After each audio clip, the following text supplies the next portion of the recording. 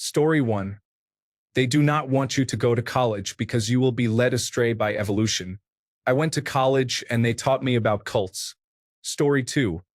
When I was at a band rehearsal and collapsed to the floor, screaming in pain from what turned out to be gallstones, instead of calling an ambulance, they started praying over me, some speaking in tongues. They physically restrained me to stop me as I struggled to get up and leave because one person suggested that my wanting to leave meant I was possessed. So they had to pray harder for me. Story 3. I am a former Jehovah's Witness. I learned this after I had left. I had abusive parents who regularly beat me over false accusations. My interaction with other Jehovah's Witnesses was limited to Bible studies. I quietly became an atheist since all of my prayers went unanswered. Then my parents did something illegal. They took money from other relatives who needed it for medication. This resulted in the death of my uncle, who died in my house. I went to the Jehovah's Witnesses for help. I had a meeting with the elders. They told me to forget about it and that I would find peace by joining them. Story 4. I was at a religious university, which claimed to be the only true church on the face of the earth. I had worked very hard to get into this university and had absorbed all of the teachings and promises since the age of 4, when my parents joined. I was also required to take a course each semester on the religion. A few semesters in, I became curious about the claims of its founder. I wanted more details and to read his own accounts of his experiences, unfiltered through the church's summaries. So I went to the university library. Unfortunately, the more I researched, the more cracks I found in his claims, in his life, and in church history until I realized he had been nothing but a con man and a liar, and that the foundation of the church was rotten. As I kept looking, I also realized that everything above the foundation was rotten as well. It was all lies. Finding this out broke my heart. Everything I had learned and everything that was expected of me in this life and the next was nothing but dust. American Victorian dust. I couldn't put Humpty Dumpty back together again, and I couldn't spend my life pretending it was true. That's how I came to know that I had to leave the Church of Jesus Christ of Latter-day Saints. I couldn't do it that very moment. I had to disentangle my life and psyche from the church, and that took many years. Finding out the church was not true began a journey to recover from years of deceit and betrayal. I wanted so desperately for it all to be true, but it is not, and the moment I found that out, sitting at a table in the Harold B. Lee Library at Brigham Young University, surrounded by books pulled from that library's shelves, was the moment I knew I was a member of a cult. If you put a list in front of you of the things that define a cult, the Church of Jesus Christ of Latter-day Saints ticks every one of them. Story 5. It was through one of those New Age angelic Reiki healing businesses. I attended this place for over a year for mental health issues. The former mentor convinced me to stop taking my antidepressants. I felt horrible and had daily suicidal thoughts. In the next session, I told her that I was going back on them, and she responded, "They block you from your higher self." I soon left that place. It fractured my identity, and I had to reclaim myself. Story 6. I was raised a Jehovah's Witness, and sadly, I did not realize it was a cult until after I left. They often remind everyone that it is not a cult and always have an excuse when people say, "That is exactly what a cult tells you." Yes, that is because it is one. Story 7. When the surprise junior high youth group activity involved gathering all the boys and girls into a room to watch an extremely graphic film of an abortion being performed. There was no context, no warning, just straight to the action. It was 1979, and most of us children had never even heard of abortion at that point in our lives. The church elders did not care about the trauma they were causing. They just wanted to push their agenda. Story 8. When my grandmother told me that men can have 4 women but I cannot have 4 men, that is when I decided I did not want to be part of that. To be fair, I was never really inside the group, but this part made sure that I immediately lost my interest in ever becoming part of it. Story 9. Weirdly enough, the founder of my old group, the Family International, formerly known as the Children of God, did not shy away from the cult label, at least not internally. I realized this when I was a child and read something he wrote along the lines of, "Yes, we are a cult. All religions are cults. Ours is just better." The man was insane and did many terrible things, but I respect that honesty even now. Story 10. I was 14 or 15 at church, and we were learning about God's plan, the whole process from behind the veil to after death. I asked the teacher a question. I can't even remember what it was. And she said, "Huh, that's a great question. I'll talk to the bishop and see if you're allowed to ask that." I could tell she didn't mean to phrase it that way, but she didn't correct herself either. I was upset though. I should be allowed to ask whatever questions I want, and I expect you to have an answer of some kind. If you don't think I should be questioning something, I'm going to question everything. Story 11. I had been asking a lot of questions.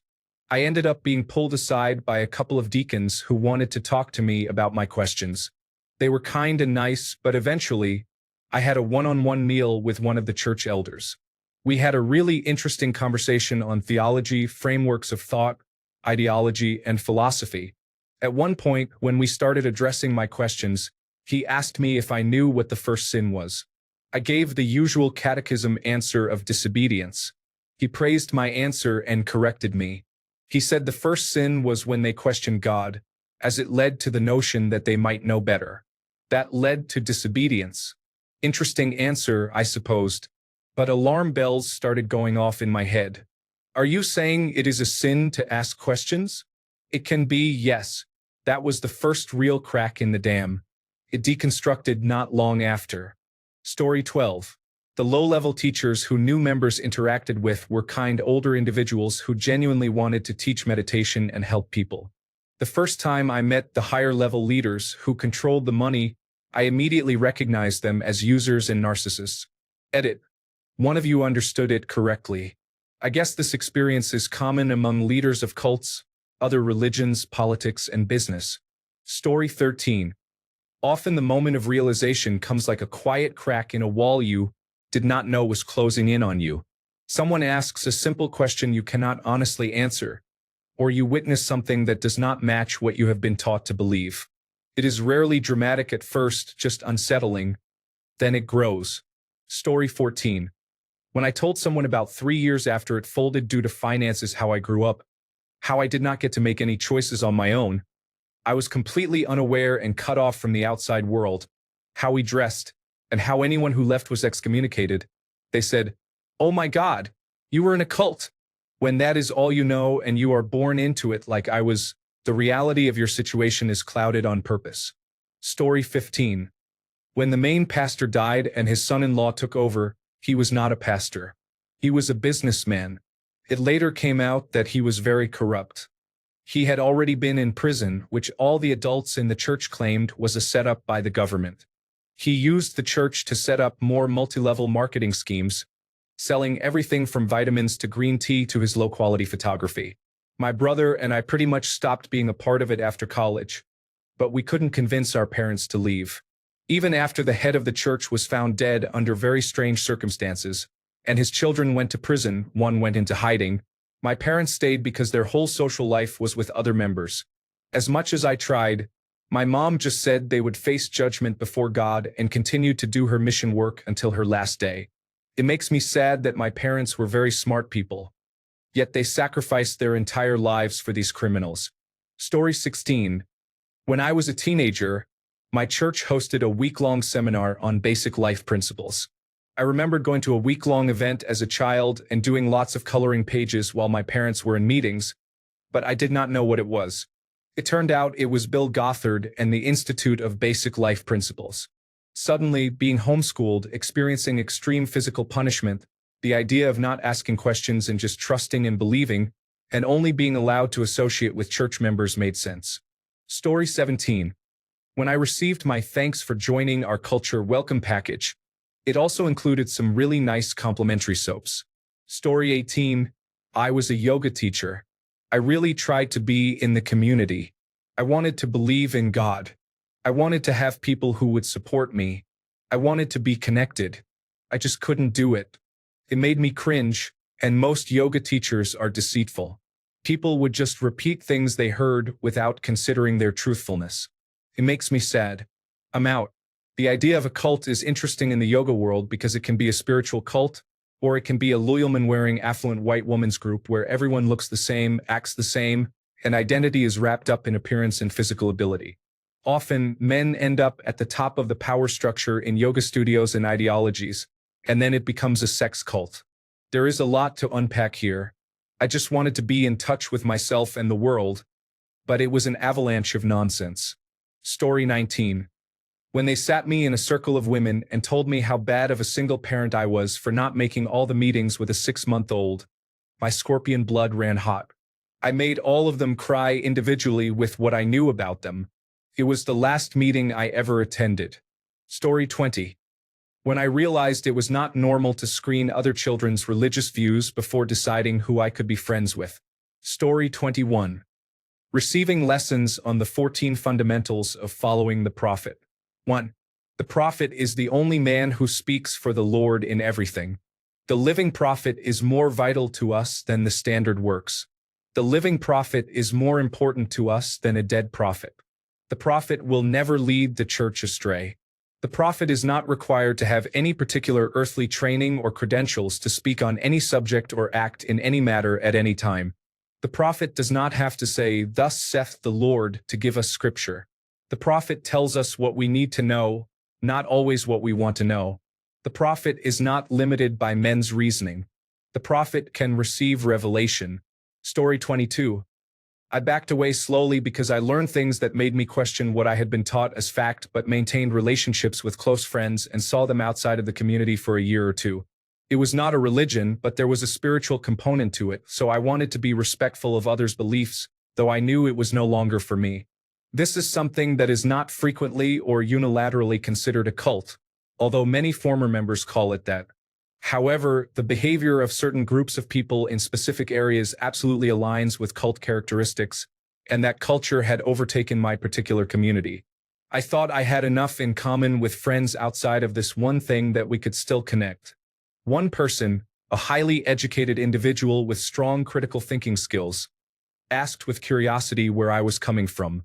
After confirming that she actually wanted to hear me because she probably would not like my response, I calmly and respectfully laid out all the things I know to be true that are in direct conflict with archaic and harmful dogma within this community.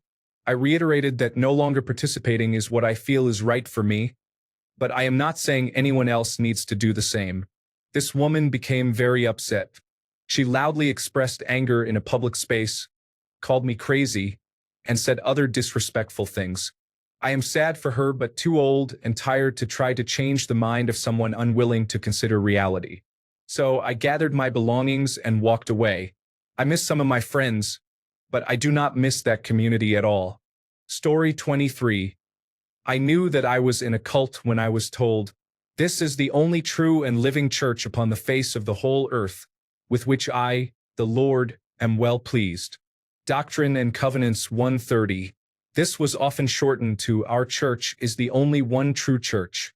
This was in the late 1980s, and I was around 8 years old. Even at that age, I thought their claim was too over the top. Now my former cult says things like, "Doubt your doubts before you doubt your faith." Dieter Friedrich Uchtdorf, October 2013, and only Red-approved church sources. I had to wait until I was 18 to escape. My entire family is still believing. Story 24. When I met an agnostic who became a close friend, I realized they understood what it meant to love another person better than any Christian I had ever known. Story 25. When I was told that I needed to believe everything Mormon prophets had taught, including horribly racist and sexist teachings that I could not deny were completely wrong on many levels, such as the claim that the only way for God to forgive interracial marriage was to both kill yourself and any children you had with your interracial partner. When I pushed back, I was told I needed to have faith that these same terrible prophets had been called by God. And then I was given excuses for why they taught such obviously immoral and unethical things. Being raised from birth in the Mormon religion, I could excuse many things, but some were so obviously horrible that I could not. Later, I learned that using prayer as an objective truth-finding system is false and does not work. I was completely out since those spiritual witnesses were all that had kept me in at that point. Story 26. When my friend looked up my church on the internet, they sent me an article claiming that my church kidnapped and murdered people in its originating country. Story 27.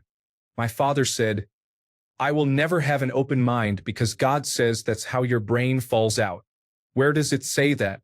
Also, he is a bigot, so empathy is a sin to him. Story 28. When my partner and I got married and went through the Church of Jesus Christ of Latter-day Saints temple for the first time, I questioned it growing up, absolutely. Spiritual polygamy really troubled me. But sitting in what was said to be the holiest place, the highest achievement, and watching people do things like secret handshakes, chants, and unusual touching, it broke my belief system. Story 29. When my partner was telling me about a cult memoir she was reading, I said, "Oh, I remember that.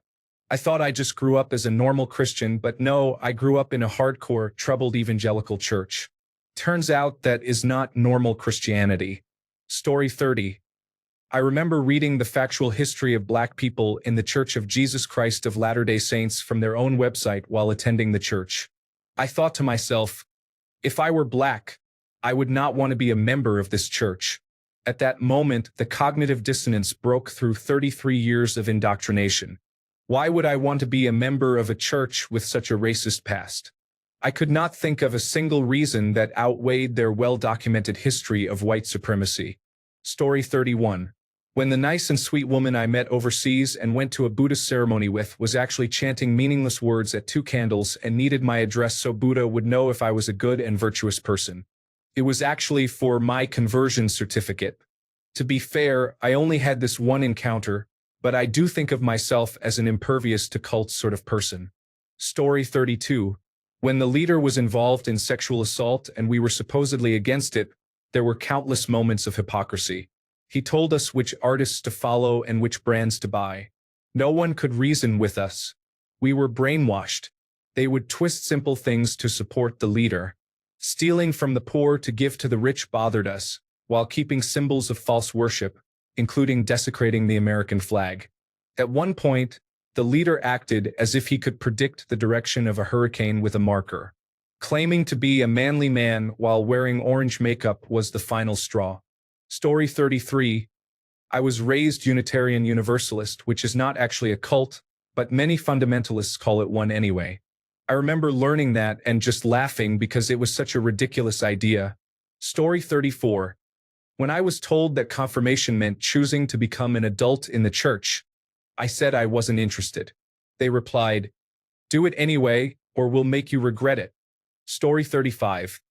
Not a cult per se, but years ago I was in a company where the boss liked to keep saying things like, "We're a family. Family this, family that." He called people he didn't like virus. It was becoming very cult-like. At that time, I was a young man still, so I actually had real family and friends. Why would I want to spend even more time in the office when I was already there 6 days a week, working 12 to 15-hour days? It was a nightmare. In the end, I got fired at the same time I quit. So that's that. I think most companies are cultish. We just accept it because we need the paycheck. Such is life. I'm going to escape the 9-to-5 grind, alright, when I have a heart attack. Story 36. When I went through the Church of Jesus Christ of Latter-day Saints temple ceremony, they started chanting in a circle. The temple clothes also seemed very ceremonial. Story 37. I was in the GameStop community for about a year, convinced that any day the financial crimes of the entire Western economic system would be revealed, global markets would crash worse than ever before, and all of us with GameStop shares would make millions in the process. I left when a man named Pulte joined.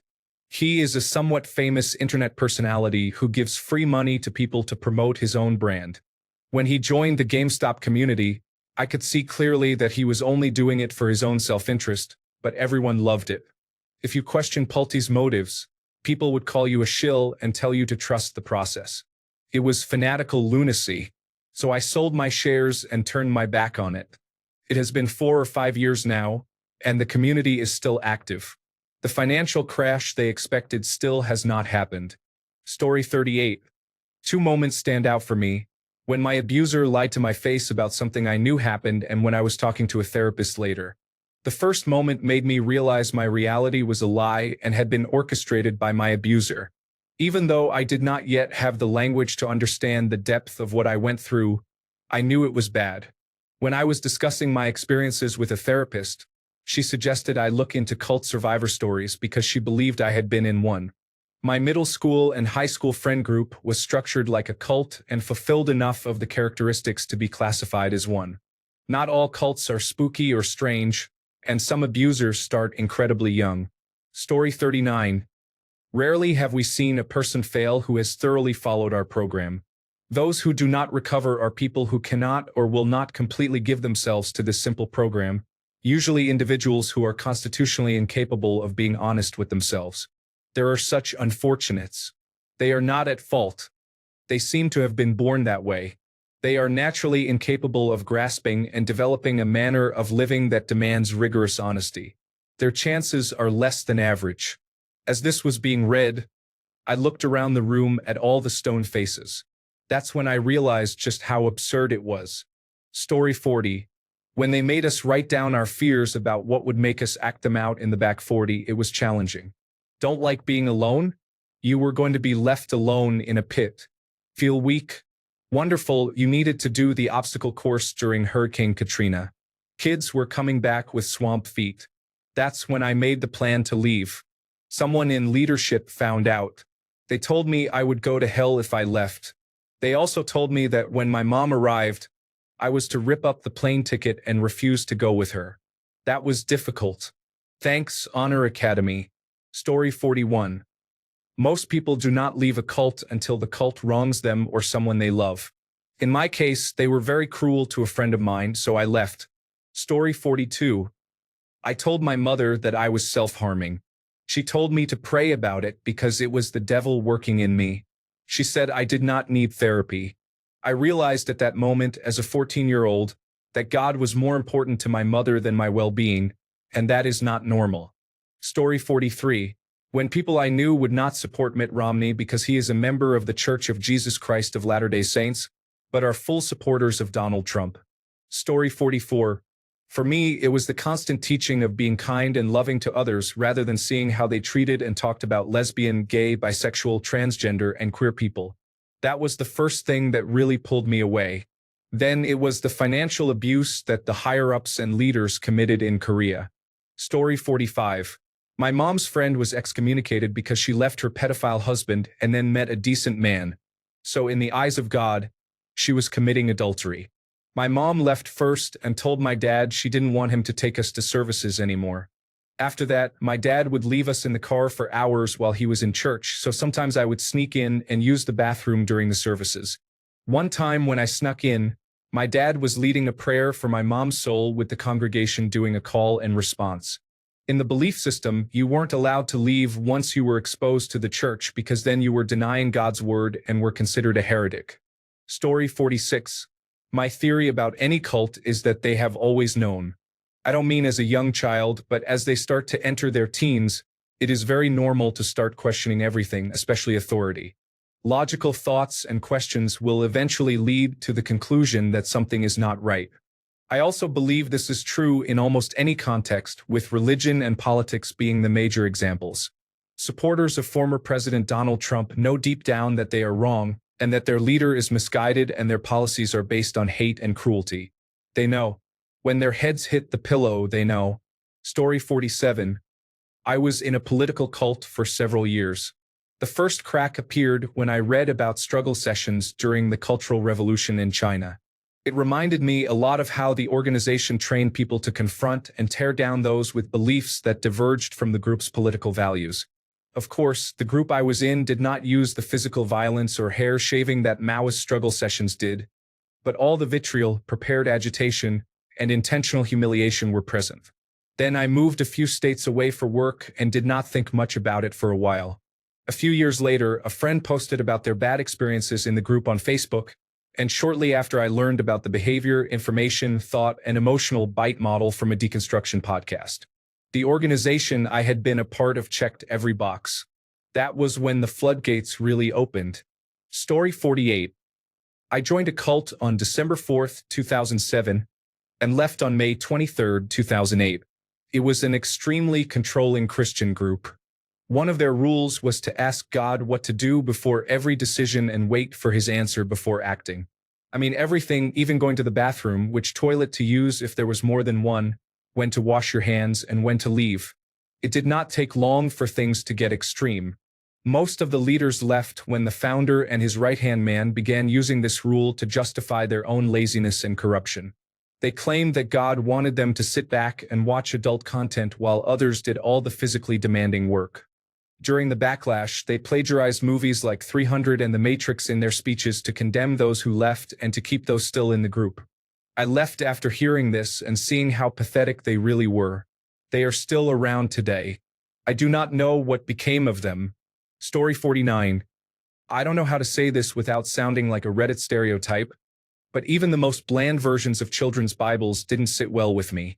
There's something deeply unsettling about the Sermon on the Mount. People usually have a reason to enjoy that you're meek, and it's never a great thing for you. Everything I heard just increased the feeling of dread. I thought that it was a result of poor translation, but things didn't improve when I was old enough for people to think it was cute instead of annoying for me to sit in the back of adult Sunday classes. We had a lot of seminary students who were just repeating their class notes, so I decided that this was the most pedantically accurate information available. I didn't enjoy knowing this at all. Maybe I would have been better off if it was something casual, like Episcopalianism, but my isolationist fundamentalist Baptist group had that subtext is for cowards attitude. Story 50. After visiting their headquarters and receiving a guided tour, which felt like encountering one closed door after another, I was given the cold shoulder for not wanting to take a picture with the rest of the tour group, all strangers.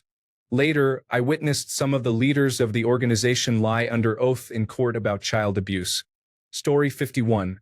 When in a public sermon, one of the leaders rhetorically asked those leaving where they would go and what they would do with their lives if they did not have the true church. It made me realize how much of my life had been shaped around serving an organization that only cared about keeping me there, so I could continue giving it money. That, and my recent discovery of some unsettling history the leadership had kept very quiet about. Where did I go and what did I do after leaving? Whatever I wanted to. Story 52. Does Amway count as a cult? I left because the person who recruited me left, and I did not feel that it was very profitable for the effort I put into it. I was part of Amway for about 5 months. Story 53. When everything seemed to be for the benefit of the group and the group's image, any effort to speak up for myself was dismissed. Story 54. When unconditional love meant no one made time for my best friend's son's graduation party, every single person had an excuse. That was the last straw. On top of the failure to handle child sexual abuse cases properly and engaging in actions that they had for decades criticized other churches for doing, claiming, "We would never do that." Story 55. When I realized that partaking in the body and blood to be closer to the man who was crucified was actually very profound. Story 56. Eventually, society will come to realize that this is the exact same question as, why did you leave your faith? Story 57. When I was in the United States Army and attended basic training, they said, "Welcome to the cultivation." They were joking, but I knew they were also serious. Story 58. Alcoholics Anonymous can behave like a cult. When I lived in Vancouver, the big meetings were unpleasant.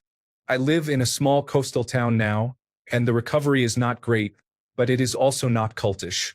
Story 59. I was taken out of the daily cult when I was 12, a Bika IBLP influenced private school, because my father realized I would never get into a decent college if I had only a cult education on my resume. I still went to youth group at a different IBLP-influenced cult twice a week and attended a Methodist-affiliated Jesus camp every summer. I began drifting away in college, partly because my college boyfriend was very disrespectful about Christianity in a way that occasionally made too much sense, partly due to lack of time to invest in finding a new church, let alone a cult-affiliated church. I did not really wake up to the fact that I was raised in a cult until my mid-30s. I started looking at what I was taught as being at odds with reality. Then I looked up one of my old history textbooks and thought, oh no, I was raised in a cult. I ended up in a cult school despite not having cultist parents because the satanic panic scared my terminally ill mother too badly for her to risk seeing her children go to a public school. And my father is a selfish man who noticed that the people in the cult would never think of questioning a wealthy white man in anything, even his child showing up to school unwashed and bruised. He was neglectful, and my elder sister was physically abusive. It did a lot of damage to me psychologically and educationally. It was an act of child abuse to allow the school to operate. They ignored mandatory reporting laws. I feel like the cult stole all the childhood I had left after the violence, loss, and neglect. Story 60. After I left and had some distance from it, I now think all mainstream religions kind of fall into the cult category. Story 61. My ex-husband became a pagan minister. He became very involved in ethical non-monogamy until I found someone who made me happy. Then he essentially excluded me from my friend group right after my father died and I was suffering. His girlfriend is just as manipulative and miserable as he is. Good luck to them all. Story 62. I watched a TED Talk from a woman who was raised in a cult in New Zealand. Her grandfather had founded it, and it had very Amish-like principles which differ from my own experience. The line that stood out to me was when she was playing soccer with her peers, and a boy, her friend and class clown who often made a joke the coach didn't like. The coach beat him in front of everyone. While it happened, frozen and unable to help, she kept thinking, "How is this love? How can this be godly love?" That phrase directly mirrored a teaching I had been told all my life, even through abuse from my family. In my former cult, they liked to profess that every person was inspired by God and directed by Him, and they prayed to receive guidance. But that abuse wasn't love. Love wouldn't hurt you like that. That was the moment it clicked. I researched cults, control tactics, and the behavior, information, thought, and emotional control model after that, and quickly fell into disillusionment with the religion. I have been out for 5 years now and have not looked back. Story 63. Alcoholics Anonymous helps many people, but it is a cult in the same way many religions are. They get you in with the phrase, "It's not your fault." That always seemed like a cop-out to me. Sure, it's not your fault if you surrender, call yourself powerless, and feel the need to suffer and beg to lead a simple life, all while being pressured to give money. It was so similar to a Catholic Mass that I had to leave. I do not have any sort of drinking problem anymore because I have the ability to choose better for myself. I do not need their salvation. End rant. Story 64. I wouldn't really call Christianity a cult, but package it under a different name and it would probably become one. I realized this whole thing was problematic when I was a kid who once believed that only good people go to heaven, that if you do enough good, God will let you in, and if you are a bad person like a murderer, God won't let you in. It turns out that it's not the good people who go to heaven and the bad people who suffer. It's the people who believe in God who go to heaven, and the people who don't believe who go to hell. This might not sound too bad, but when you realize that someone like Hitler could go to heaven if he sincerely believed in the Christian God, while someone who has done good their whole life will suffer eternal damnation for not believing in the right religion, you question the validity of something you believed in your whole life. Story 65. I cannot talk much about the specific group, but I was part of a group that many people consider to be a cult. For an 18-year-old's initiation, a severed torso was brought out inside a cage. There was a metal rod stuck through it, keeping it in place. I cannot elaborate further, but at that moment, I realized I may have made a mistake. It took me years to get out, and I still suffer consequences to this day. Story 66. After reading these descriptions, it sounds like all religion is a cult, with their dogmas to keep you in the fold and to hide the crimes they commit. We are the one true church. Like McDonald's saying they have the one true burger. Story 67. I was standing at the altar, sacrificial knife in hand, as they let out the goat. Just as they lowered the unconscious virgin onto the pyre, the man next to me asked if I had seen the new James Corden series. I quickly left. Very strange people. Thanks a bunch for sticking around till the end of the video. Remember to subscribe, and until next time, stay awesome and goodbye.